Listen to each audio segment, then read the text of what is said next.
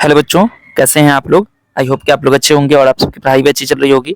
तो अभी हम लोग करने वाले हैं क्लास 9th की उर्दू की किताब बिहार बोर्ड की जो दरख्शां है, इसके चैप्टर नंबर 2 को शुरू करेंगे। ठीक है। जो कि एक अफसाना है और ये उस अफसाना के राइटर हैं, यानी कि अफसाना निगार हैं कृष्णचंद्र। उनके बारे में यहाँ पर कुछ मालूमात दी गई है। आपको बहुत ही ध्यान से सुनना है क्योंकि इससे आपको एग्जाम में कई क्वेश्चन देखने को मिल सकता है। ठीक है।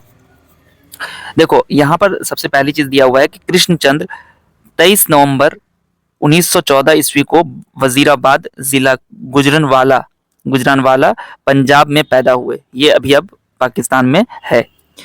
उनके वालिद डॉक्टर गौरी शंकर भरतपुर और पुंछ यानी कि जो कश्मीर में मेडिकल अफसर थे, इनके मेडिकल ऑफिसर थे।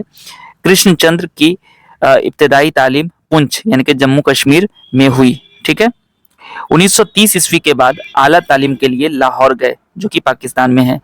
ठीक है। और फोरमैन क्रिश्चियन कॉलेज में दाखिला लिया। ठीक है। 1934 में पंजाब यूनिवर्सिटी से अंग्रेजी जबान में एमए किया और 1937 ईस्वी में वकालत का इम्तिहान पास किया। उनको मुलाजमत के बंधन में जकड़ी जिंदगी पसंद नहीं थी। ठीक है। फिर भी 1939 में ऑल इंडिया रेडियो लाहौर में प्रोग्राम असिस्टेंट के तौर पर मुलाजमत की। ठीक है। एक साल के बाद दिल्ली और फिर कुछ दिनों के बाद ऑल इंडिया रेडियो लखनऊ में तबादला करा लिया, यानी कि ट्रांसफर। लाहौर, दिल्ली और लखनऊ जैसे अदबी मकामात में रहकर उनकी जबान और बयान में निखार और उनके अदबी ज़ौक़ व शौक़ में गैर मामूली इजाफा पैदा हुआ। ठीक है। उसके बाद है कृष्णचंद्र ने इब्तदाई, एक मिनट इधर का नहीं दिखाई दे रहा था, सॉरी। कृष्णचंद्र ने इब्तदा में अंग्रेजी जबान में लिखना शुरू किया, लेकिन फिर वह उर्दू में लिखने लगे। ठीक है, समझ में आया। हुमायूं और अरबी दुनिया में उनकी कहानियां शाया हुई, यानी कि छपी। ठीक है। ये दोनों मैगजीन्स थी जो इनकी जो कहानियां थी उसको छापना शुरू किया और फिर वो सदा के लिए उर्दू के होकर रह गए। उनके अफसानों को लाजवाल शोहरत हासिल हुई, मतलब ऐसी शोहरत जो कभी गिरी नहीं, यानी कि शोहरत जो है वो हमेशा बनी रही और उसको जवाल नहीं आया। उनके अफसानों को उर्दू अफसानों में इजाफा तसव्वुर किया गया और कृष्णचंद्र उर्दू दुनिया के एक बेहद अहम अफसाना निगार बन गए। ठीक है। तो कृष्णचंद्र कौन थे, तो आप यहाँ पे कह सकते हैं अफसाना निगार थे। ठीक है।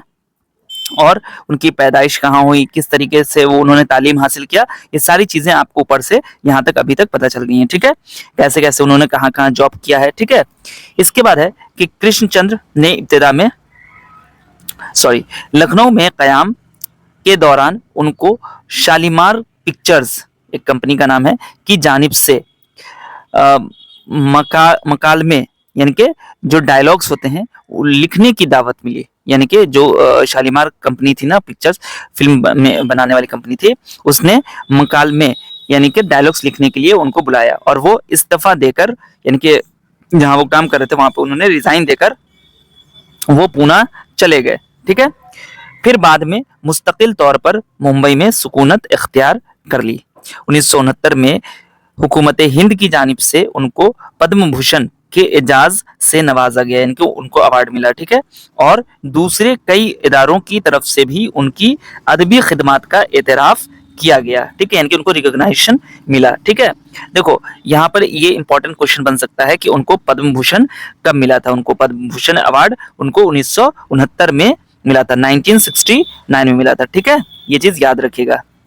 इसके बाद है कृष्णचंद्र की तकरीबन 80 किताबें शाया हुई।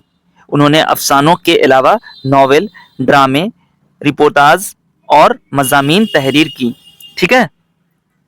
लेकिन उनकी बुनियादी हैसियत एक अफसाना निगार की है।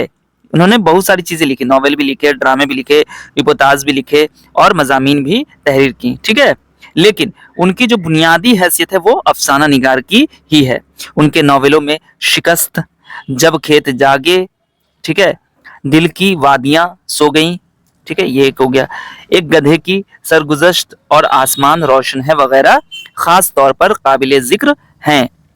शिकस्त कृष्णचंद्र का पहला नॉवेल है। देखो यहां से क्वेश्चन बन सकता है कि उनकी कृष्णचंद्र का जो पहला नॉवेल था वो कौन था? शिकस्त।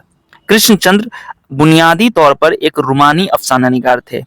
रूमानी अफसाना निगार मतलब रोमांटिक, ठीक है, रूमानी अफसाना निगार थे। उनकी जबान निहायत खूबसूरत और सुबक थी, यानी कि उनकी जो जबान थी, उनकी लैंग्वेज बहुत ही ज्यादा खूबसूरत और क्या थी? सुबक मतलब आसान थी, ठीक है।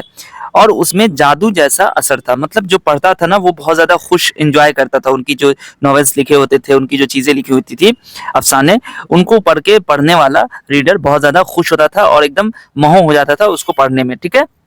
कृष्णचंद्र अपनी खूबसूरत जबान और म्यारी तख्लीकात के लिए हमेशा याद किए जाएंगे। मतलब उनकी जो तख्लीकात थी, उनका जो कंटेंट हुआ करता था वो एक स्टैंडर्ड बना गया, ठीक है, मतलब एक स्टैंडर्ड टाइप का होता था जो किसी का नहीं हो पाता था वैसा, ठीक है। हिंदुस्तान की मुख्तलिफ जबानों के अलावा दुनिया के दूसरे बड़े ममालिक की अहम जबानों में भी उनके अफसानों और नॉवेलों के तर्जुमे शाया हो चुके हैं, यानी कि अब अलग अलग कंट्रीज में अलग अलग जबानों में उनके जो नॉवेल्स थे वो ट्रांसलेट होके अब सब जो है वो प्रिंट होने लगे और सब जो है वो पढ़ने लगे, ठीक है। 8 मार्च 1977 को मुंबई में उनका इंतकाल हो गया, ठीक है। तो ये भी एक इंपॉर्टेंट क्वेश्चन बन सकता है कि उनका इंतकाल कब हुआ था, उनकी विलादत कब हुई थी, उनका इंतकाल कब हुआ था, ठीक है। तो बच्चों इसके बाद एक कहानी आती है पूरे चांद की रात, ठीक है। तो अगर आप लोग कमेंट करते हैं, ठीक है, तो मैं ये कहानी भी पूरी पढ़ के आप लोग को सुना दूंगा। कहीं पर अगर मुश्किल अल्फाज होंगे तो उसका मैं मतलब भी समझा दूंगा, ठीक है।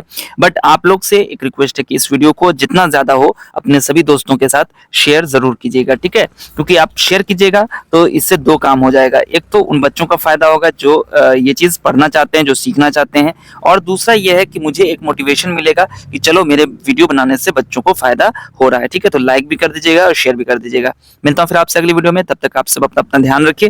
वीडियो देखने के लिए आप सभी बच्चों का बहुत बहुत शुक्रिया।